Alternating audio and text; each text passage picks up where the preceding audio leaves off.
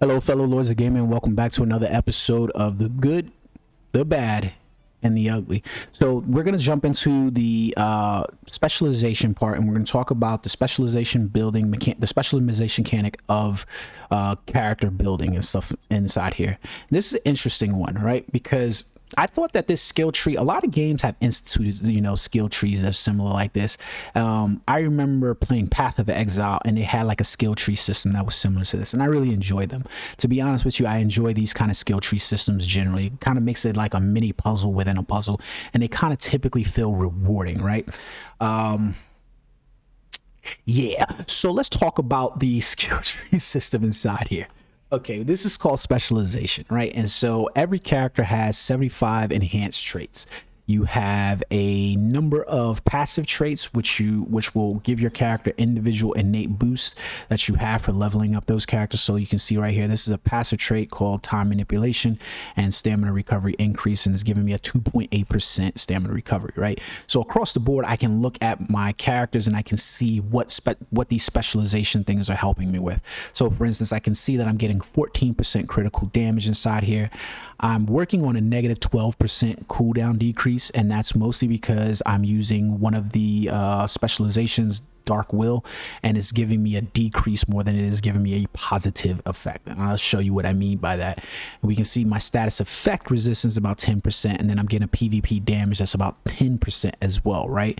So So now let's take a look at the characters, right? So along with your passive traits that you're building, you also have a host of active traits. So you can see, for instance, like one of the ones I was just talking to you about was you have a skill cooldown decrease that is given to you by Will of the Destroyer, but you have a 25% attack bonus, right? So that skill cooldown decrease represents a negative value inside there because I'm at negative 15%.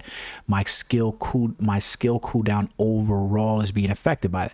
Meanwhile, if you looked at another one of my skills that can be active, right, is that skill decreases the remaining cooldown of all skills, and it's 22.5 and can get up to 25%. So it's, in a sense, when I'm using a illusion magic class, instead of getting the 25% or the 22.5 where it's at currently, I would only really get in about a 10% cooldown because I'm using this active trait inside here. Now, if I take that active trait off, I will lose out in attack, but I'll gain in that skill cooldown decrease, right? But you're losing out on a real lot of attack there. So the game does an interesting dynamic inside here where you're literally playing with, varying combinations. And this is where you really start to get to distinguish the differences between your character versus your character versus another player's Doctor Strange or whatever character, right? Because somebody else might have a different build inside here. Like, I know a lot of players will typically still use this ability, and most players are using this right here, Hoggoth's Blessing, which gives you a decreased damage modifier from nearby enemies, right? So that one's it's kind of good, so, but it's up to you whether you're going to do it, like the increased max damage rate and stuff like that. So basically you have all these active traits and you can pop at least 4 of them in. Probably should have been I don't know, 1 2 3 4 5 6 7 8 9 10 11 12. I would have liked 5. I don't know how they arrived at 4, but I would have liked 5, right? But overall, you can see that this is a pretty cool system in and of itself, because it kind of gives you it just gives you a bit to tailor your character in order to make it look different. So even if every player is using the same skills and stuff like that, it gives it a way to define the meta in a different way, and it's pretty cool in that regard, even with the active classes and you being able to balance and things like that with the active classes. Let's get into the downright ugly, because there's not necessarily a really bad about this system. I'm going to pass over and gloss over the bad because I promise you it just gets ugly. And if you saw my raid video, gosh darn, it just gets ugly. So the way that you have to increase the active traits and the passive traits on these skills is by acquiring these materials, which are called Convergium of Resonance, right? Well, this one's called Convergium of Resonance. The other ones are called different, like this is Convergium of Power and so forth. And these are all acquired in the raid. They're specialization enhancement materials, right? You can generally acquire about 3 of these highly skilled ones. Like if you looked at an active trait, for instance, it requires that I have these flawless anti-conversion. So if you did a playthrough of raid, you're going to probably end up most likely with 2 or 3 of these per raid event, right? That's basically what it's looking like. And you'll end up with probably like 20 or so of these shattered anti-conversion, well, like 10 or something like that, really. Now, here goes the problem, okay? So when you're leveling up your passive traits, it's pretty much a guarantee from level to level. There's no, how you say it? As far as I can remember, there's no RNG involved in it, right? You collect those traits and you're able to, you select those traits and you're able to go on them. There might be, and if I'm wrong, I apologize, but it's been so long now since I've done those. I probably could just log into another character, but I don't want to make the video longer than it needs to be. But here goes the problem, right? You're not really necessarily worried about it on these. They have a requirement, you enhance, and that's it. But when you get to these passive traits now, right? Oh yeah, this is where it gets hard, right? So as you build up your character across the levels, each one of these has 10 levels, you will start needing these materials inside here, and your success rate, because this is where it gets RNG, your success rate will drop down. This is at level 7 going into 8. It's a 40% success rate, so it's less than half. That's already bad that the success rate even has the ability to drop below half, because it's literally dropping to 40%. But wait, it gets worse, and this is why I said it just gets downright fucking ugly, right? If I was to go select any one of these that's going from 9 to 10, I have as low as a 20% success rate on going there.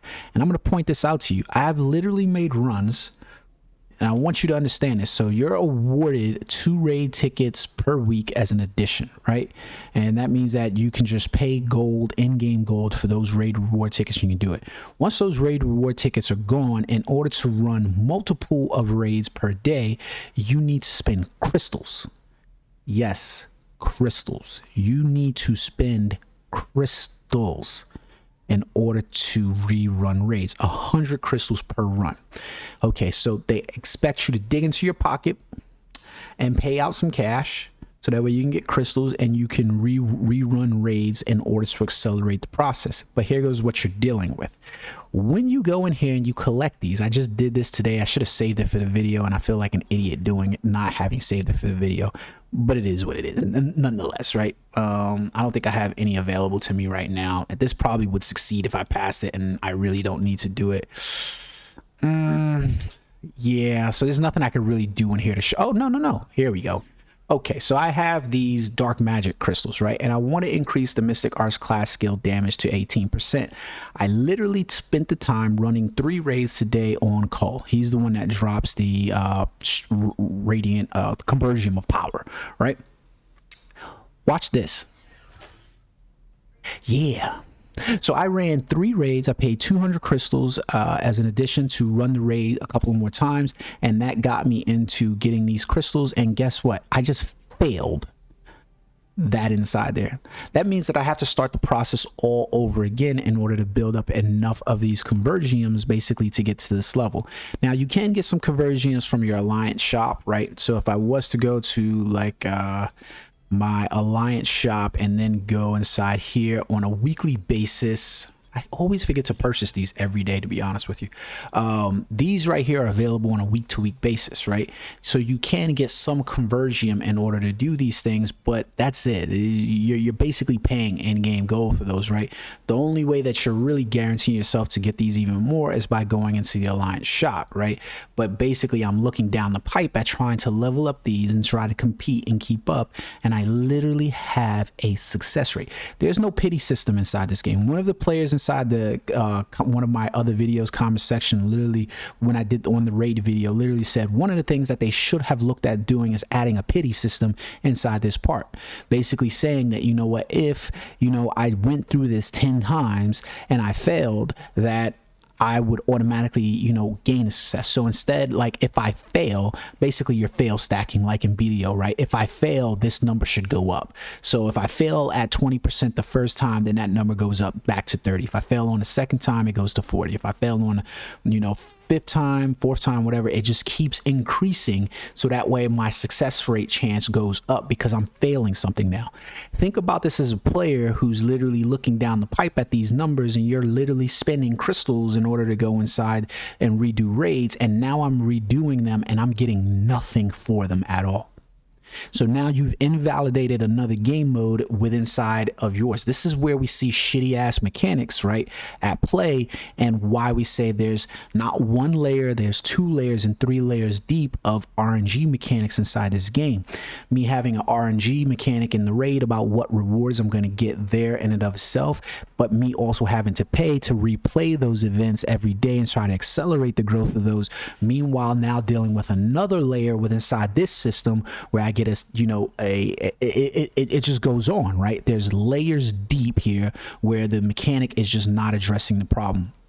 Now inside here, and this is one of those things too that gets really fucking weird in my head, right? Because, and I'm gonna point this shit out to you guys, right? It's just really weird in my head, right? Like, you asked the question about whether or not players, you know, developers actually playing their game. So like inside my recommended status over here, you can see it says attack focused, right? And you see it increases max damage rate by 54%. I think everybody knows they're gonna want those, right? But then you can see it says like increased duration of status effects dealt to enemy by 3%. What if I'm not choosing any status effect skills? How is this actually a recommended attack build? Decreases damage from received nearby enemies and then attacks you. How is this a fucking attack focused build? You're not telling me whether it's an attack focused build on mystic art classes. You're not telling me it's a attack focused thing on illusion or touch. It's weird, right? And then you go inside your support class builds and it's like increases immunity rates to confuse, mutate, and provoke.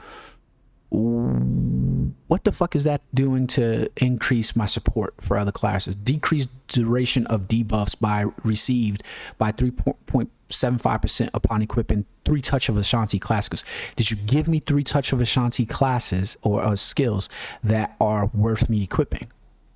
No, you didn't, right? Decreases damage received from nearby enemies. Increases the max cooldown decrease by 6.75. Well, in order for this to work, I would already need to be at the max cooldown decrease. So you see what I mean by, did you play the goddamn game? Crowd control increases ultimate gauge, decreases remaining cooldown, increases guard damage of illusion magic class skills, decrease like. So this is purely right here an illusion magic class build, right? Did you give me enough skills within the illusion magic class in order for me to play this? I'm going to get around to a video for that for you guys, because I've actually tested this out and it doesn't work great. It really doesn't. But did you do that? No, you didn't. So when you even look at these recommendations inside, it's like, did you guys fucking play the game? Did you pick up a controller and pick up a phone and actually equip these and see whether they worked and how they worked? It's a problem in mechanics, guys. That's the point. So we literally jump inside a good mechanic where you take something that could have been good and you literally add greed and it becomes real ugly really quickly. It's a false mechanic. It's bad in its design and implementation. It's bad not in its design, but its implementation, because the greed mechanic that comes inside here, where you're trying to get players to dig into their wallet at every fucking level of the game. Like, you're gonna see this as I go through these the good, the bad, and ugly series, that at every level of this game, there's a greed mechanic that's instituted inside of it.